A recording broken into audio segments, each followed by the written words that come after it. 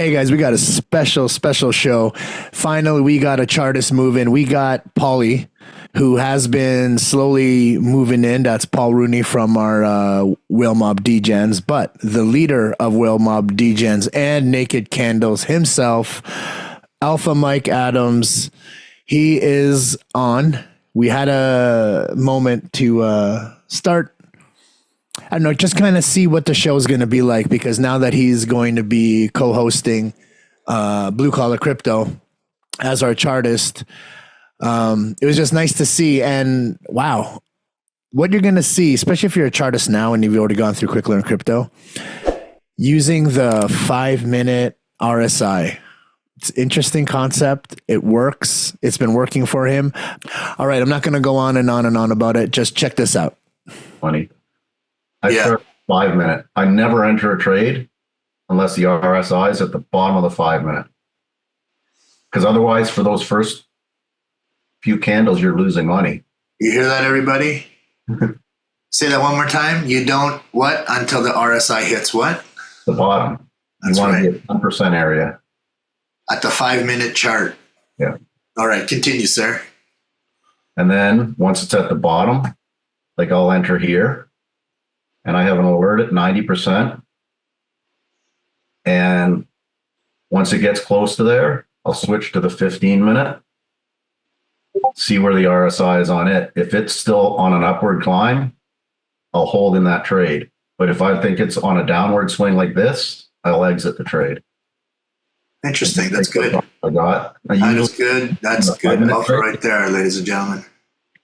I enter it like a 20 to 30% leverage. But this market's on kind of a downward swing. So I'll wait for it to break this trend line before I start trading on the 5-minute. Then if you zoom out, you can see the 4 hours on a down, 8's heading down. And these are the RSIs you're talking about. Yeah. Yeah. Here. Just make sure you, for our new blue collar people, it's the bottom chart that he's showing you. So, and another thing I have on my chart, yellow line, is an EMA that's set to 21. And why 21? From one of the shows I watched, if you go to the daily thing, and you have that, it's loading now. He basically enters a trade only when it's above that, and he exits it. And I believe he said you'll do 300% better by just following that one rule. Because as soon as it goes below that 21, it's not worth entering. And so he wouldn't enter till it was here, and then he'd ride it all the way to here and get out. And then when it's below, he doesn't enter any trades on that coin. Look at that alpha, blue collar crypto people. Use the 21-day moving or exponential moving average, correct? Yeah. So use the 21 exponential moving average, and when you're above, you're bullish. When you're under, you're bearish. Almost like the EMA ribbon, but this guy that Alpha Adams is following is getting 300%, so that's pretty good. And right now, it looks like one because on the daily, it's above the 200-day, and the 21 is starting to head up. See, even down here, it's starting to upswing. Yeah. So this is the soul trade. Yeah. Solana, everybody. And then what I was telling you about Bitcoin, this is the last halving cycle. This is when Bitcoin actually halved, right? Yeah. It was May 11th. And then you can see it just went sideways like we're in now. Yeah. And it was 160 days of sideways action before it actually went up. So people who say the bull market's over, just in this cycle right here. They're wrong. Yep. I don't think it's over. So it wasn't until October 19th when it started climbing from May 11th. And then it climbed. Zoom out here. Till April 2021. And then it had a little bit of a dip, fairly big one. and then picked back up in July and went all the way to November. So we got at least another year of this stuff. Oh yeah, buddy. Yep.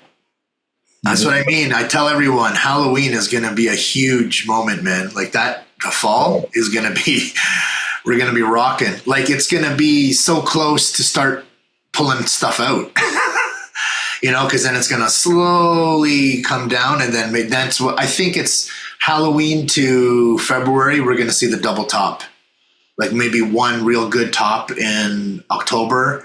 And then right after Christmas, another top. And then I think we'll start to descend. But I'm talking about descending from $150,000 BTC. You know, like by next summer, we're like just slowly coming down to 60 again. So if you'd have got in at this place where we are now, yeah, even with the dip, you're still in profit. You're still, I know, but people, yeah.